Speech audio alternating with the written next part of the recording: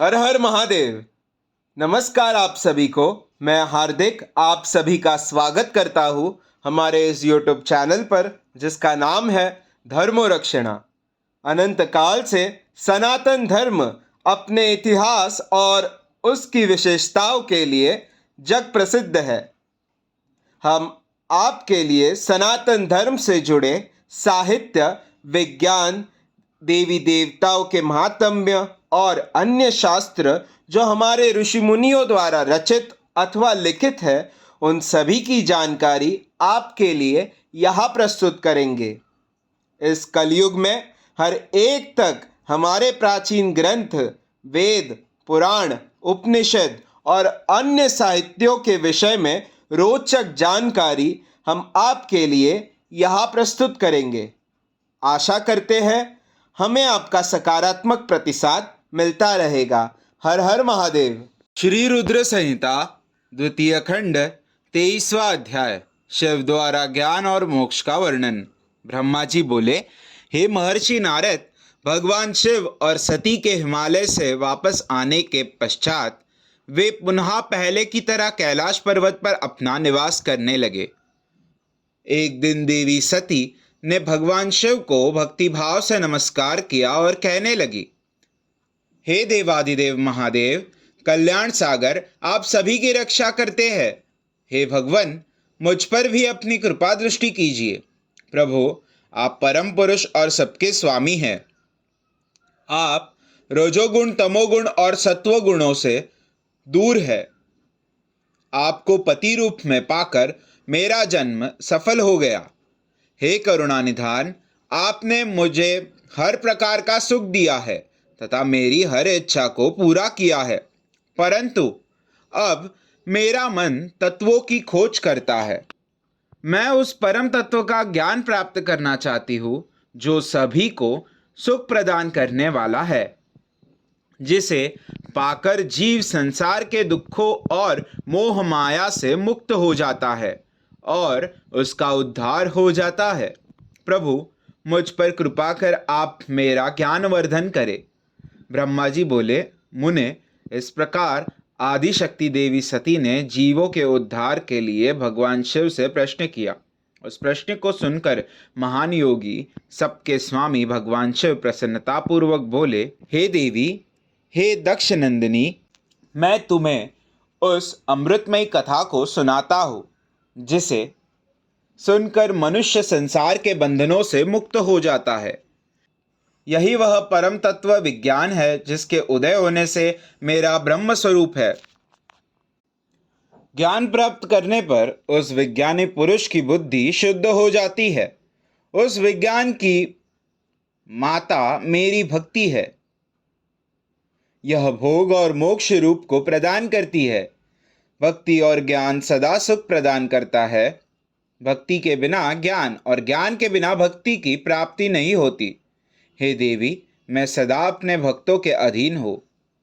भक्ति दो प्रकार की होती है, सगुण और निर्गुण। शास्त्रों से प्रेरित और हृदय से सहज प्रेम से प्रेरित भक्ति श्रेष्ठ होती है, परंतु किसी वस्तु की कामना स्वरूप की गई भक्ति निम्न कोटि की होती है। हे प्रिय, मुनियों ने सगुणा और निर्गुणा नामक दोनों भक्तियों के 9 भेद बताए हैं। श्रवण, कीर्तन, स्मरण, सेवन, दास्य, अर्चन, वंदन, सख्य और आत्मसमर्पण ही भक्ति के अंग माने जाते हैं। जो एक स्थान पर स्थिरता पूर्वक बैठकर तन मन को एकाग्र चित्त करके मेरी कथा और कीर्तन को प्रतिदिन सुनता है, इसे श्रवण कहा जाता है। जो अपने हृदय में मेरे दिव्य जन्म कर्मों का चिंतन करता है और उसका अपनी वाणी से उच्चारण करता है, इसे भजन रूप में गाना ही कीर्तन कहा जाता है। मेरे स्वरूप को नित्य अपने आस पास हर वस्तु में तलाश कर मुझे सर्वत्र व्यापक मानना तथा सदैव मेरा चिंतन करना ही स्मरण है। सूर्य निकलने से लेकर रात्रि तक, सूर्यास्त तक हृदय और इंद्रियों से निरंतर मेरी सेवा करना ही सेवन कहा जाता है। स्वयं को प्रभु का किंकर समझकर अपने हृदयामृत के भोग से भगवान का स्मरण दास्य कहा जाता है। अपने धन और वैभव के अनुसार 16 उपचारों के द्वारा मनुष्य द्वारा की गई मेरी पूजा अर्चन कहलाती है। मन, ध्यान और वाणी से मंत्रों का उच्चारण करते हुए इष्ट देव को नमस्कार करना वंदन कहा जाता है। ईश्वर द्वारा किए गए फैसले को अपना हित समझकर उसे सदैव मंगल मानना ही सख्य है। मनुष्य के पास जो भी वस्तु है वह भगवान की प्रसन्नता के लिए उनके चरणों में अर्पण कर उन्हें समर्पित कर देना ही आत्मसमर्पण कहलाता है। भक्ति के यह 9 अंग भोग और मोक्ष प्रदान करने वाले हैं। ये सभी ज्ञान के साधन मुझे प्रिय है। मेरी सांगोपांग भक्ति ज्ञान और वैराग्य को जन्म देती है। इससे सभी अभिष्ट फलों की प्राप्ति होती है। मुझे मेरे भक्त बहुत प्यारे हैं।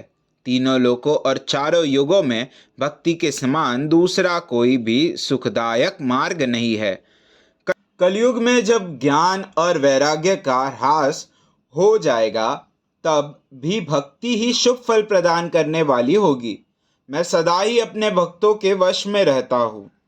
मैं अपने भक्तों के विपरीत परिस्थिति में सदैव सहायता करता हूँ और उसके सभी कष्टों को दूर करता हूँ। मैं अपने भक्तों का रक्षक हूँ। ब्रह्मा जी बोले, नारद, देवी सती को भक्त और भक्ति का महत्व सुनाकर बहुत प्रसन्नता हुई। उन्होंने भगवान शिव को प्रणाम किया और पुनः शास्त्रों के बारे में पूछा। वे यह जानना चाहती थी कि सभी जीवों का उद्धार करने वाला, उन्हें सुख प्रदान करने वाला, सभी साधनों का प्रतिपादक शास्त्र कौन सा है। वे ऐसे शास्त्र का महात्म्य सुनना चाहती थी। सती का प्रश्न सुनकर शिवजी ने प्रसन्नतापूर्वक सब शास्त्रों के विषय में देवी सती को बताया। महेश्वर ने 5 अंगों सहित तंत्र शास्त्र, यंत्र शास्त्र तथा सभी देवेश्वरों की महिमा का वर्णन किया। उन्होंने इतिहास की कथा भी सुनाई, पुत्र और स्त्री के धर्म की महिमा भी बताई। मनुष्यों को सुख प्रदान करने वाले वैदिक शास्त्र तथा ज्योतिष शास्त्र का भी वर्णन किया। भगवान शिव ने भक्तों का महात्म्य और राजधर्म भी बताया। इसी प्रकार भगवान शिव ने सती को उनके पूछे सभी प्रश्नों का उत्तर देते हुए सभी कथाएं सुनाई। अध्याय 23वां समाप्त। हमारे कार्य की सराहना करते हुए हमारे इस YouTube चैनल को सब्सक्राइब करें, शेयर करें और लाइक करें। हमारे कार्य मानव जाति के हित हेतु अधिकांश मानव जाति तक पहुंचाने के लिए हमारी सहायता करें। भविष्य में हमारे सनातन धर्म के विषय में जानकारी प्राप्त करने हेतु हमारे साथ यहाँ बने रहिए हमारे इस YouTube चैनल पर, जिसका नाम है धर्मो रक्षणा। धर्मो रक्षति रक्षितः। हर हर महादेव।